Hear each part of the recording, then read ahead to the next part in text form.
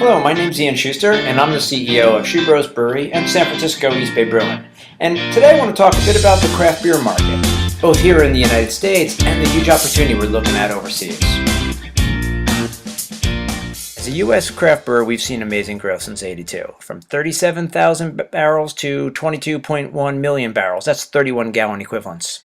And it hasn't come from beer overall. Not just any beer. Beer overall has been flat. But craft beer, the higher quality, better tasting, more full beer, 6.2% up, surging to $23.5 billion of growth, 10% versus even last year. But those numbers may sound great, but there's some questions. How long can it be sustained? We're seeing growth down dramatically from even a couple years ago. And we're seeing a lot of breweries really rushing in at really rapid rates of the industry. It's got to the point where there are now almost 7,200 breweries as of the end of last year. 1,000 of them were in California. Brewery proliferation has been actually recorded at 40%, which is really scary considering that craft beer sales are up maybe 10, 11, 12%. Now, yes, share is still going up. We're still taking business from the big guys, but it's slowing down, prompting the Heineken CEO to mark that they even noticed it. Fact is, the industry just gotten a little too crowded now.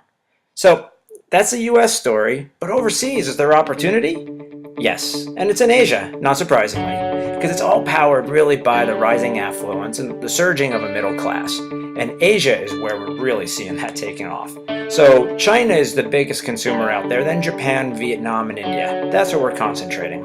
So let's look at China first. The Chinese market is massive.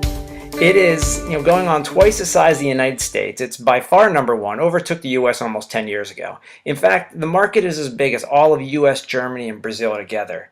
Yet, it's underpenetrated. There's only 53 breweries, fewer than in New Hampshire.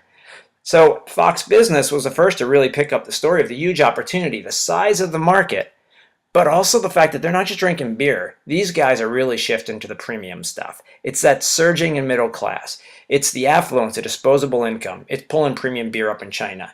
And India is actually a very similar story, albeit from a smaller base. So India is showing decades of consistent growth, going up, up, up, up as the economy gets bigger and the people get wealthier. We're seeing it directly tied with GDP. And now as we're coming to a period where India is pulling out into some more rapid growth, we're going to see the rapid growth go especially to craft. 20% year on year are the forecasts. Vietnam is very similar to the China story.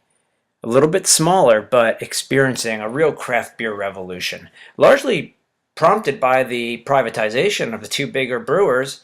It's a field day for us. Growth is massive, up a big 41% versus 10 years ago. Japan's a very different story. Huge market, much more mature. Craft beer is sitting at 2% share right now, but there are these new tax laws that have been put into place recently that are really going to trigger a craft beer renaissance, the rise of premium beers. And people are seeing it. The press is saying there's no sign of it running dry. The surge is there to stay. So that's our power discussion of the key markets we're looking at. But now let's talk about the beer, what we'll be going into these markets with. First and foremost is the core four, the pinnacles of the craft style, the big four brands, most of our revenues.